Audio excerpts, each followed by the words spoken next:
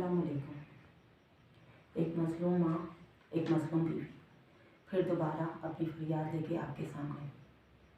मैंने किसी एक वीडियो में कहा था कि नसीम ने मेरे लिए आवाज़ उठाई, तो नसीम की पेट कॉन्टेंट, पेट बंदा मेरे पीछे हाथ धोके नहा धोके सब कुछ पड़ गया कि नसीम ने आवाज़ उठाई थी हक के लिए।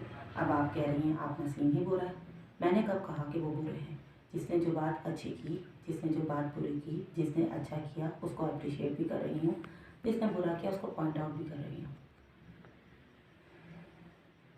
नसीम की या बहुत से लोगों की आदत होती है सामने कुछ पीछे कुछ। मैं अपनी बड़ाई नहीं कहूँगी, लेकिन मैं बता रही हूँ या बताना चाहूँगी। मैं जिसके साथ हूँ उसको भी पता होता है, जिसके खिलाफ हूँ उसको भी पता होता है। बीच का रास्ता मुनाफिकों का होता है और मोमिन मुनाफिक नहीं होता।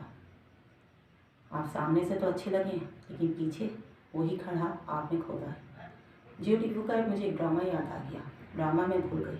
उसमें हीरो मिकाइल है, सिद्दीकी साहब की बेटी के पीछे वो पहले सारा अटैक करता है, सारा प्लान करता है, फिर जब वो प्रॉब्लम में फंसते हैं तो खुद ही सामने से आके उसको कवर करता है। उस ड्रामे से समझ में आया कि नसीम क्या कर रहा है।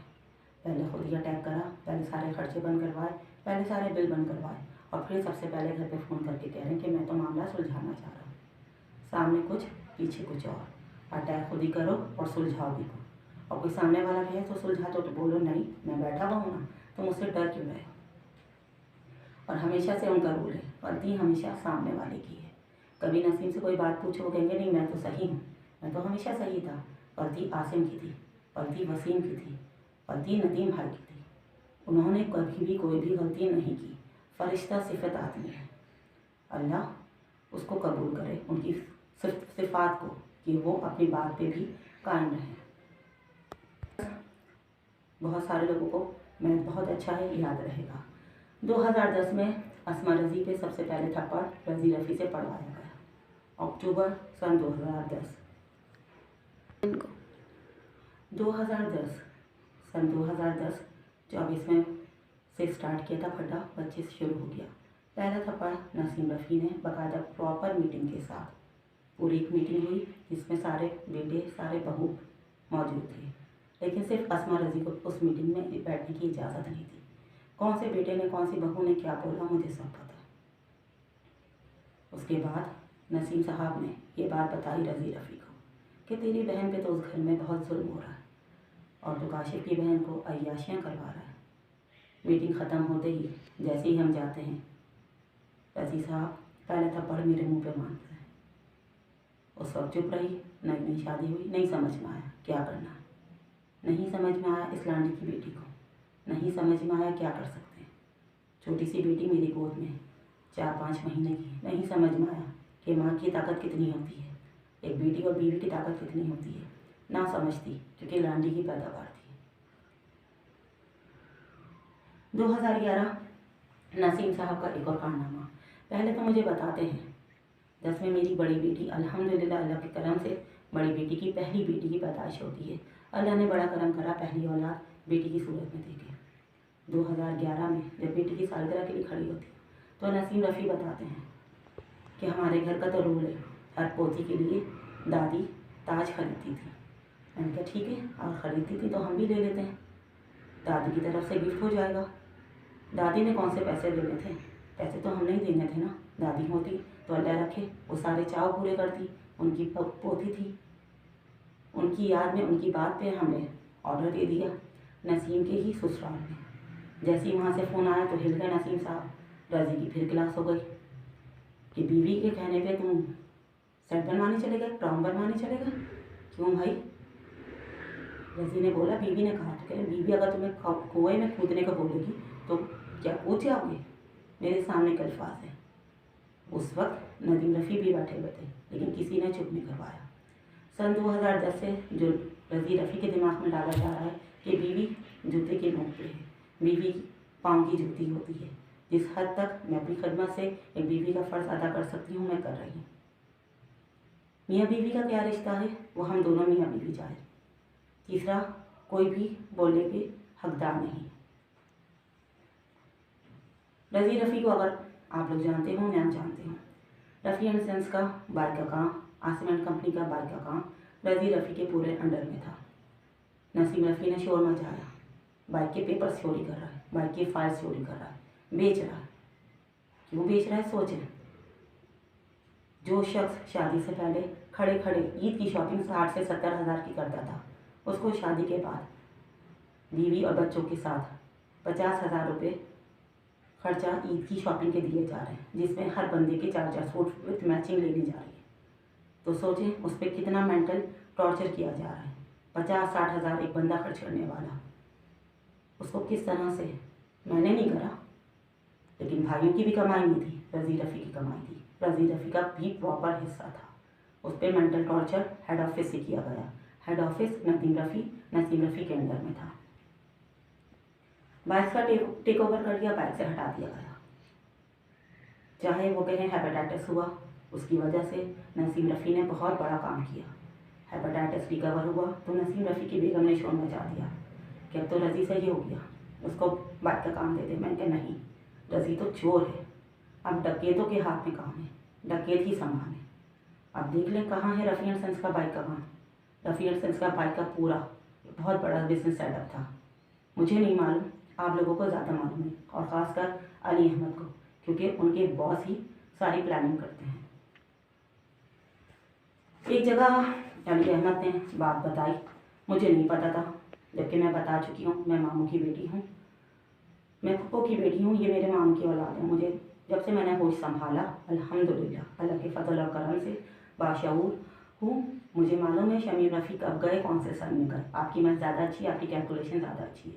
डाउनफॉल रफ़ी एंड सन्स का तब शुरू हुआ। ये एक इल्ज़ाम अली अहमद ने लगाया। मैं आपको बता भी चुकी हूँ कि शमीम रफ़ी जो लेके गए वो अपना लेके गए। शमीम रफ़ी के जाने के बाद घर में पीछे क्या हुआ, बाकायदा मैं खुद गवाह हूँ। बंदों के नाम लूँगी, डरती नहीं हूँ मैं, अल्लाह के सिवा किसी से नहीं डरती।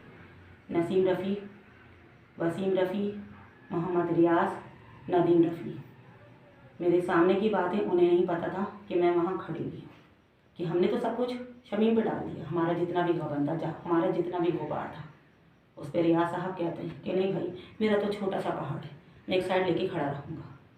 जब शमीम वापस आएगा तो वो सबको नंगा करेगा, और यही हुआ। शमीम रफ़ी वापस आए, उन्होंने सब कबूल लिया, वो कितना लेके गए और कितना लेकर आए। लेकिन फिर वही बात, शमीम जाने, शमीम के वाले साहब जाने, हम कोई नहीं होते बीच में बोलने वाले। लेकिन इल्ज़ाम शमीम रफ़ी पे। असल में अगर डाउनफॉल स्टार्ट हुआ सन 2019 से स्टार्ट हुआ। को रहमानी ग्रुप के मानने वाले हैं। रहमानी ग्रुप बहुत सारे लोग जानते होंगे, चचा जान का ग्रुप। रहमानी ग्रुप के चचा जान सन 2019 में उनका इंतकाल होता है। उसके बाद नसीम टेक ओवर करते हैं WR को, नसीम टेक ओवर करते हैं हेड ऑफिस को। और अल्लाह जाने, मुझे तो नहीं पता, मुझे तो शायद याद नहीं, लेकिन अली अहमद का मैथ बहुत अच्छा है, उनको मालूम होगा पूरे कराची में नसीम रफ़ी ने कितनी दुकानें, कितने आउटलेट, कितने शोरूम खोले हैं। मालूम होगा किस तरह से कितने रेंट पे लिया है और किस तरह से सारा बिजनेस टेक ओवर किया है।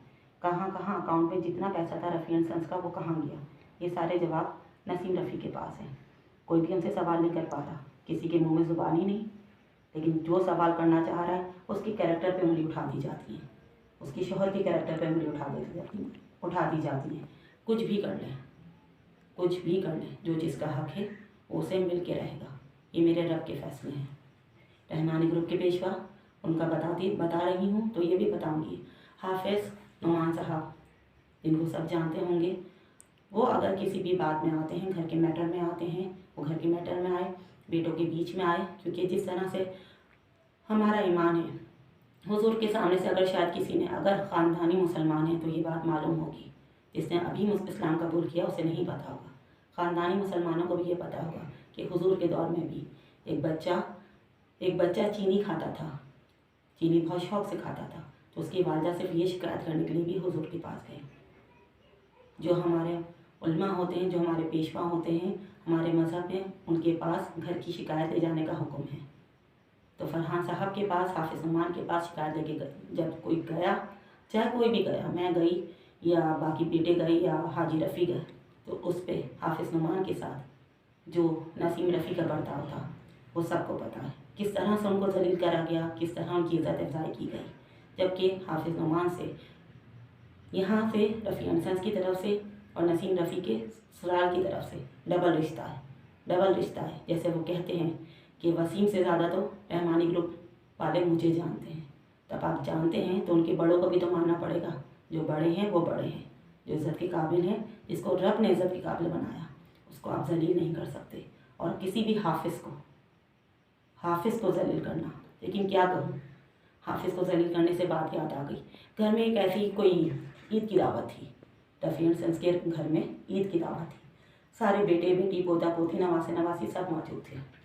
किसी भी एक बात पे, नसीम रफ़ी की बेटी की एक बात पे ज़रा सी हो गई बदतमीज़ी, चपकलिश, उस पर नसीम रफ़ी ने, जबकि सब गवाह थे, एक दावत थी, एक महफिल थी, सब गवाह थे, उस पर भी नसीम रफ़ी ने बेटी को सच्चा साबित करने के लिए कुरान पाक कलाम पाक की झूठी कसम खा ली।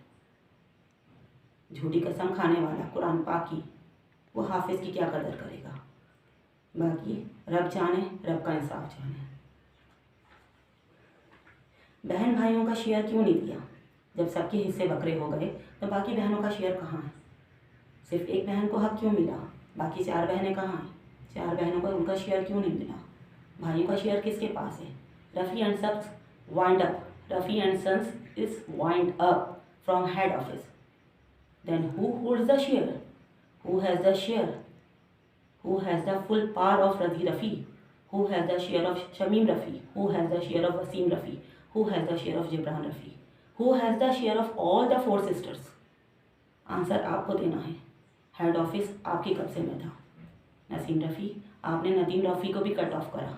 जिस तरह से हाजी रफ़ी ने नदीम रफ़ी को टेक ओवर दिया, तो आपने नदीम रफ़ी को मुट्ठी में लेके उन्हें कट ऑफ किया। नदीम रफ़ी भी अपना शेयर लेके अलग हो गए। आपने उन्हें ब्लैकमेल किया, वो ब्लैकमेल हो गए। आपने उनकी कीमत लगाई, वो कीमत पे बिक गए। क्योंकि कीमतें लगाना तो आप लोगों से ज़्यादा कोई अच्छा जानता नहीं। सुसर ने मेरे एक दफ़ा मुझे डाइवोर्स दी, एक दफ़ा नहीं दूसरी दफ़ा मुझे डाइवोर्स की धमकी दी। तो उस वक्त उस महफिल में जो है नसीम रफ़ी नहीं थे। तो नसीम रफ़ी को जब ये बात पता चली तो बहुत चीखे कि अगर मैं होता तो मैं बताता कैसे मेरे सामने वो तुझे धमकी दे सकते हैं। ये अल्फाज नसीम रफ़ी के थे। और अब इस घर में, अपनी माँ के घर में जब मैं यहाँ आई तो मेरे घर के अंदर आके सोफ़े पे बैठ के मेरी आँख में आँख डाल के घर के अंदर आए हैं। घर के दरवाजे से बाहर नहीं गए, घर के अंदर आए हैं। रिकॉर्डिंग हर चीज़ की है। प्रूफ करने की हमें ज़रूरत नहीं है, क्योंकि हमारा इंसाफ अल्लाह करेगा। अल्लाह को पता है नसीम रफ़ी विद वाइफ घर के अंदर आए हैं, सोफ़े पे बैठे हैं नसीम रफ़ी, और मेरी आँख में आँख डाल के मुझे डाइवोर्स की धमकी दे के गए। ये मैं बात कभी नहीं भूलूँगी। मैं भी किसी की बेटी, किसी की माँ, किसी की बहन हूँ। आपके आगे भी अल्लाह ने ये रिश्ते रखे हुए हैं। खुद बिजनेस करते रहो, बेहतरीन बिजनेस। रफ़ी एंड सन्स का पूरा take over, Rafi and Sons की पूरी इंस्टॉलमेंट। अभी फिर एक नई दुकान खुल रही है। लेकिन जब रज़ी रफ़ी की प्रॉपर्टी की बात आए तो वो 20-25 हज़ार का रेंट है। क्यों भाई? अब जो दुकान खरीदे रहे उसका 8 लाख का रेंट कहाँ से आ गया? शाह फैसल की दुकान का रेंट 1 लाख रुपये कैसे है? जब बहनों की प्रॉपर्टियाँ लो, भाइयों की प्रॉपर्टियाँ लो, तो वो कौड़ियों की दाम है। लेकिन जब मार्केट में प्रॉपर्टियाँ लो तो वो लाखों की लोगे, क्योंकि वहाँ इज़्ज़त का सवाल है, वहाँ स्टेटस का सवाल है। अल्लाह से डरो, अल्लाह के बंदों से ना डरो, मार्केट से ना डरो। आपको, मुझे, हम सबको अपने रब के पास जाना है। किसी की भी कब आएगी नहीं पता। आपकी माँ, मेरी सास, रात में हम दोनों साथ ही थे। नसीम रफ़ी याद होगा। रज़ी रफ़ी, मैं और आप ममानी के साथ रात में थे। सुबह हमें नहीं पता था, सुबह सिर्फ खबर आई है।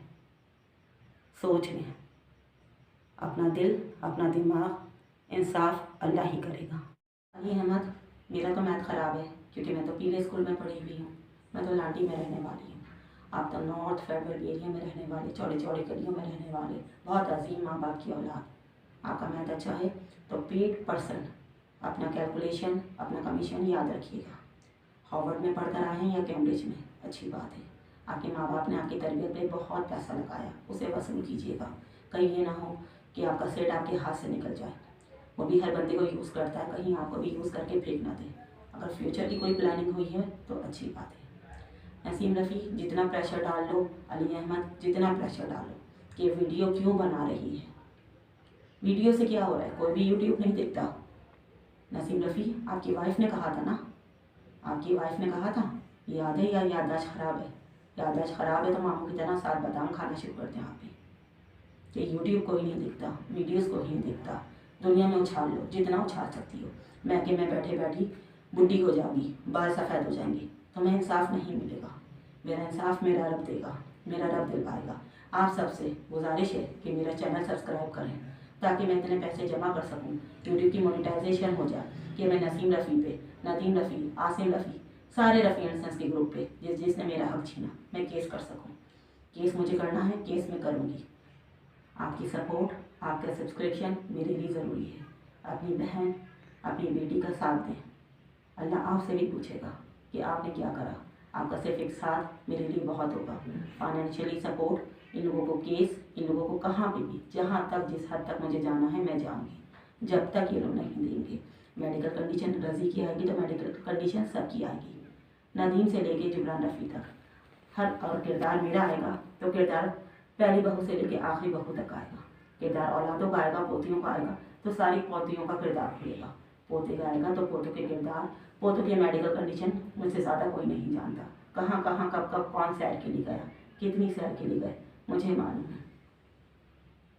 जितना है उतना रहने दें, बुलवाएंगे तो बोलूँगी। अली अहमद के सवाल जो पेड कंटेंट आप देना चाहेंगे मैं ज़रूर जवाब दूँगी, लेकिन पेड कंटेंट है, कमीशन बेस है, जितना खुलवा सकते हो खुलवा लो।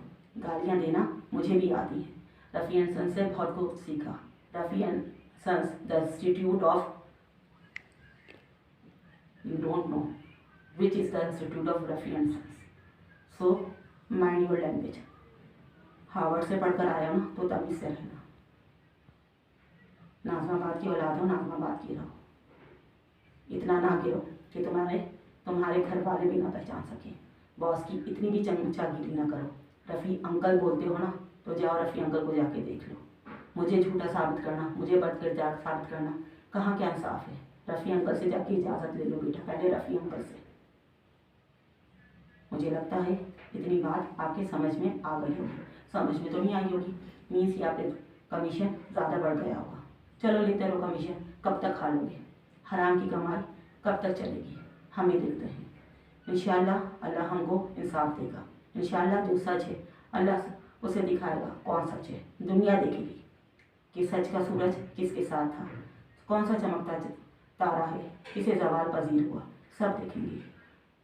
आप लोगों की दुआएं, आप लोगों की नेक तमन्नात के लिए हमेशा इल्तिमास। अस्मा रज़ी, अल्लाह हाफ़िज़।